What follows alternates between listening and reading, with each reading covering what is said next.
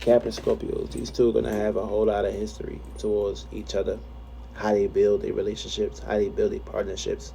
And it's all about building with these two individuals. So that means they don't really have too much trouble of basically gathering these fruits where they can come together and, of course, work together, build together, cope with each other. Only thing is, Capricorn exalts Libra, which is the other side of Aries.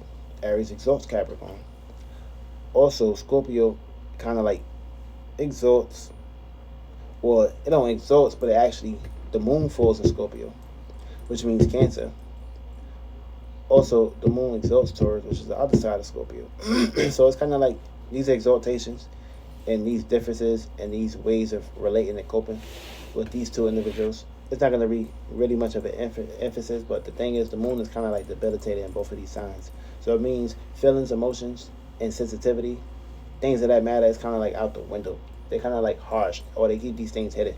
So that means it's going to be a whole lot of ways where actions may have to basically speak louder than words when it comes to these two individuals as far as how they relate. Because you got Mars, you got passion, you got the intent, you got the will, you got Saturn, which is basically predicated towards getting serious, getting practical, and of course, taking care of duties and responsibilities. So these two individuals, they're not gonna really too much have time to play around. They're gonna be very serious about their relationships.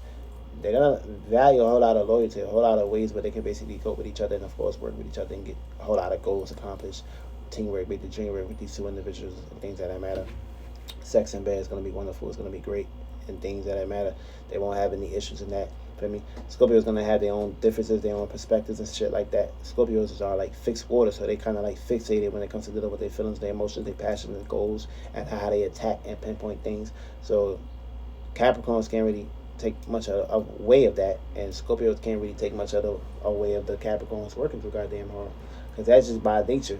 So that means these individuals, they're not going to really have time to beat around the bush or bullshit. They're going to be all about serious goals, serious games, and things that matter. So they're not going to really play too much around about these areas. For me, also Venus kind of debilitated here, but being that Saturn exalts Libra, Saturn can kind of like bring that value, bring that love, and how they relate and get organized and organize a Scorpio in a love kind of perspective, where it won't be a situation where these individuals have a tit for tag. For me, they can work together, they can build together, they can bond together.